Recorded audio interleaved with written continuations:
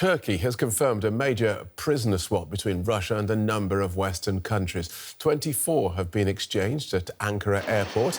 They include American journalist Evan Gershkovich, former US Marine Paul Whelan, and several Russian dissidents. Amongst the prisoners being returned to Russia is Vadim Krasikov, who's convicted in Germany of killing a former Chechen rebel in a park in Berlin, apparently on the orders of Moscow security services. The swap is the biggest between Moscow and the West since the end of the Cold War. Now, US President Joe Biden acknowledged Germany's role in the deal. I particularly owe a great sense of gratitude to the Chancellor. The demands they were making of me required me to get some significant concessions from Germany, which they originally concluded they could not do because of the person in question. But everybody stepped up. Poland stepped up, Slovenia stepped up, Turkey stepped up. And it matters to have relationships. It really does. Well, our correspondent in Washington, Janelle Dumoulin, told me more about the president's speech. Phil, you know, just watching that speech, I think it really did highlight one of Biden's key strengths, and that's the ability to combine the political with the personal. Starting with the personal, I don't know if you caught that moment where he got the entire room to sing happy birthday to the 12-year-old daughter of one of the prisoners getting released, Elsa Kormasheva. And because it is her birthday tomorrow, she's turning 13. So that was a very moving moment. But the core of his message also centered on a quite political message, and that was on the importance of alliances. He made references to the fact that it was his relationship with the countries involved in this deal. It was at his requests that the countries got together to make this deal happen. And really he was trying to strike a contrast between himself and Donald Trump, famously not a fan of multilateralism, famously not a fan of international cooperation. And really, you played that soundbite earlier where he talked about how it was his personal relationship with Chancellor Olaf Scholz that helped this deal move forward, because, of course, for Germany having to release Vadim Krasikov, the FSB assassin, was quite a difficult thing for Germany to do, because it has to do with this was a crime that was perpetrated on German soil. So, of course, Germany was hesitant. But President Biden made the point that he was able to get Germany to concede on this point. And this was a point that he returned to very often in his remarks, saying alliances made the country safer. And if anyone were to question the importance of these alliances, once again, that's a sideswipe at Donald Trump, then, you know, they would be severely mistaken. And one of the highest profile releases is that of Wall Street Journal reporter Evan Gershkovich. What can you tell us about his case? Indeed. So there has been a lot of coverage of Evan Gershkovich's case. Our viewers might remember those images of him watching courtroom proceedings unfold around him as he watched from behind a glass cage. Evan Gershkovich is a reporter for the Wall Street Journal. He was detained in Russia while on assignment for his paper. So he was detained last year. Last month, he was sentenced to a 16-year sentence on espionage charges.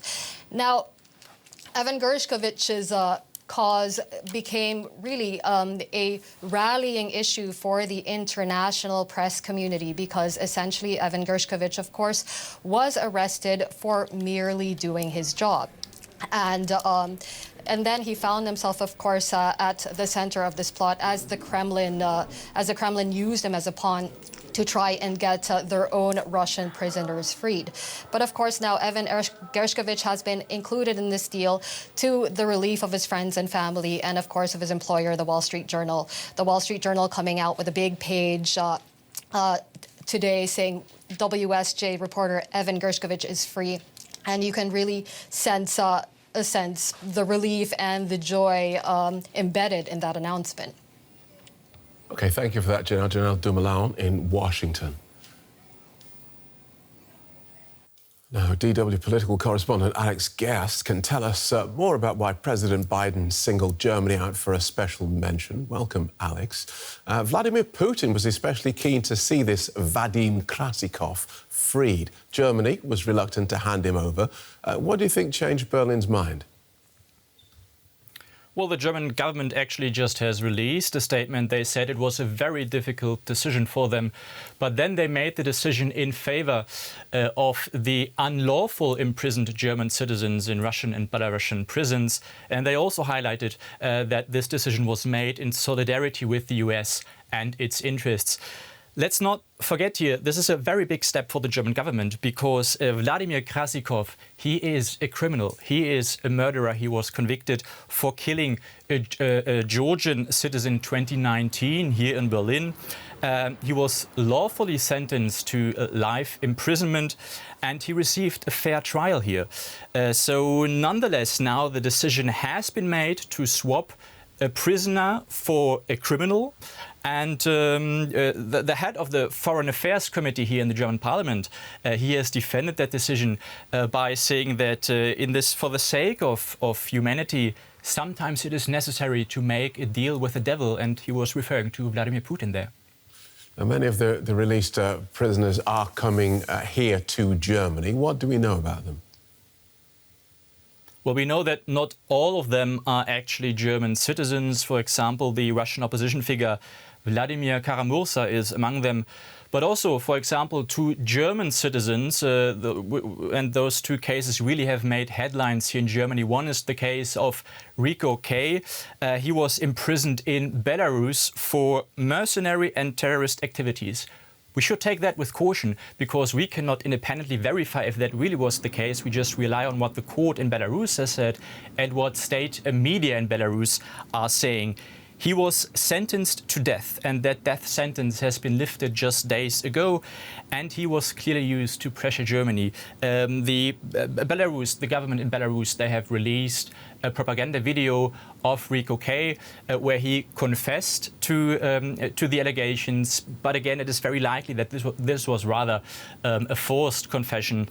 The other case was the case of Patrick S. So he will also be a free man. He was imprisoned in Russia because when he entered Russia earlier this year, sweets were found on him, sweets containing small amounts of cannabis, 20 grams of sweets, and in those 20 grams, small amounts of cannabis were found.